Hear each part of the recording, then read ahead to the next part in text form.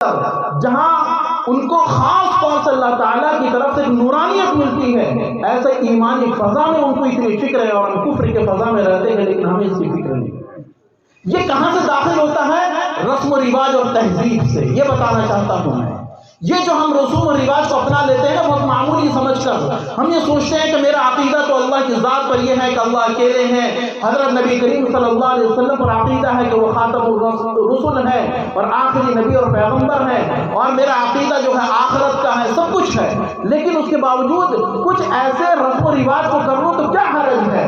اگر میں بھی برتھ ڈے منا لوں تو کیا حرج ہے؟ میں بھی اگر کچھ ایسے جملے استعمال کر لوں جو فیشن کے طور پر بولے جاتے ہیں تو کیا حرج ہے؟ یہی وہ اصل بیماری ہے جو کسی قوم کے اندر جب داخل ہوتی ہے تو اس کی جڑ کے اندر وہ سرایت کرتے کرتے جڑ کو اکھاڑ دیتی ہے، جو اس ایمانی بنیاد ہے وہ بھی گر جاتی ہے۔ پہلے رسوم و رواج آتے ہیں، پھر وہ جڑ ہلتی ہے اور وہاں سے ایمان اور عقیدہ ختم ہوتا ہے۔ پوری تاریخ اسی سے بھری پڑی ہے ساری قوموں کی۔ اسی لیے اس کو آسان نہ سمجھیے کہ اگر ہم رسم و رواج کو اپنا لیتے ہیں، یہ ابھی جیسے دیوالی کا موسم گزرا ہے تو نہ جانے کتنے بچوں نے جو ہے پٹاخے پھوڑے ہوں گے، کتنوں نے خوشیاں منائی ہوگی، لیکن آپ نے کبھی سوچا کہ یہ وہ ان کا ایک نظریہ، ان کی ایک عبادت ہے کہ اس میں وہ یہ جشن مناتے ہیں کہ حق کی فتح ہوئی ہے باطل کے اوپر، روشنی کی فتح ہوئی ہے تاریکی کے اوپر، اور وہ اس جشن کے اندر وہ جس دیوی کی جشن مناتے ہیں اس کی خوشی کے اندر وہ چرارا کرتے ہیں اور پٹاخے پھوڑتے ہیں، اور ہمارے مسلمان بچے اس کے اندر شریک ہو جاتے ہیں، لیکن گھر والوں کو اس کی فکر نہیں ہوتی کہ میرا بچہ ہندوان عقیدے کے مطابق کیے جانے والے عمل کے اندر شریک ہو گیا، آج اس کے اندر شریک ہے، کل اس عقیدے کے اندر بھی شریک ہوگا، لازمی ہوگا۔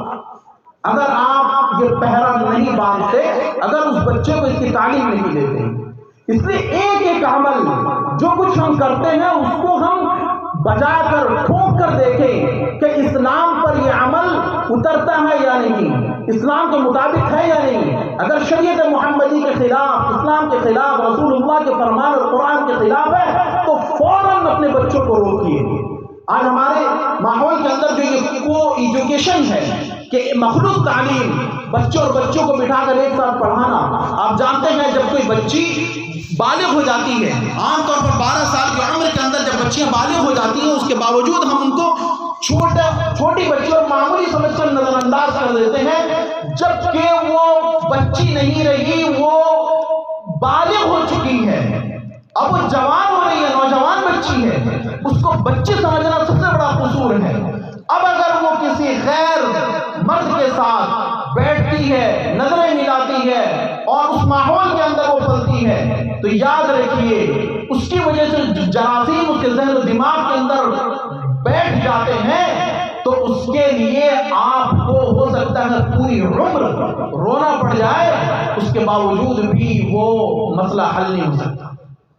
یہ واقعات سے بھرے ہوئے ہیں یہ ساری چیزیں، یہ کوئی معمولی چیز نہیں ہے۔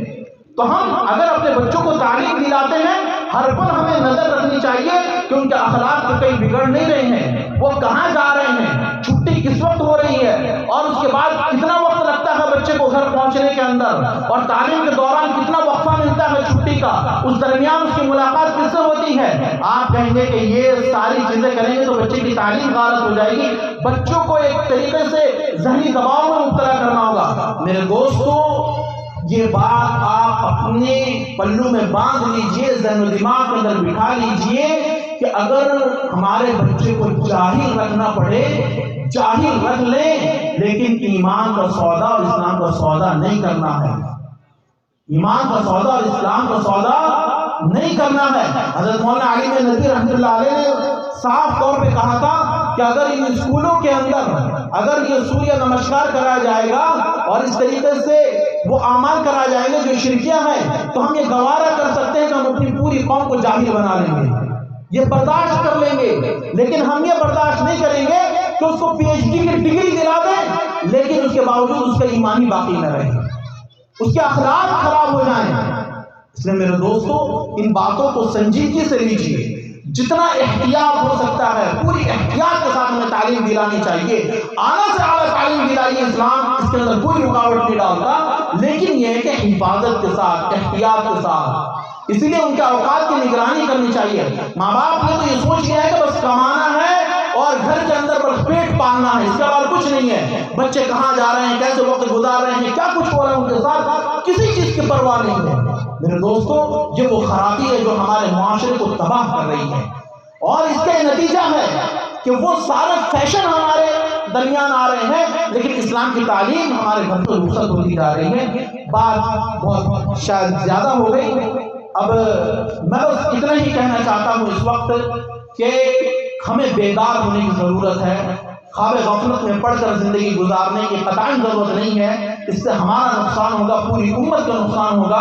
ہم اگر ایک قدم پیچھے ہٹتے ہیں، ہماری اولاد 10 قدم پیچھے ہٹتی ہے، ان کے بعد آنے والی نسلیں ہو سکتا ہے کہ وہ گمراہ اور مرتد ہو جائیں. تو اس لیے اگر ہم محتاط رہیں گے، مضبوط رہیں گے، تو ہمارے بچے ہم کو دیکھ کر وہ یہ محسوس کریں گے کہ نہیں، ہمارے ماں باپ نے ہم کو جو طور طریقہ سکھایا ہے، جو تہذیب سکھائی ہے، وہ اصل ہے، اس کو ہمیں باقی رکھنا ہے. تو اس کے لیے وہ کل بھی قربانی دیں گے، اور یہ مثال رہی ہے. ایسی بہت سی مثالیں ہیں. تو اس لیے اگر ہم اپنے بچوں کی تعلیم و تربیت کرنا چاہتے ہیں تو ہمیں خود بھی اپنے اندر بدلاؤ پیدا کرنا ہوگا، اور اس کے ساتھ ہمیں بچوں کی پوری نگرانی کرنی ہوگی، پوری احتیاط کے ساتھ زندگی گزارنے کا طریقہ انہیں بتانا ہوگا. اللہ مجھے آپ کو عمل کی توفیق عطا فرمائے. آمین. وآخر دعوانا الحمدللہ رب العالمین.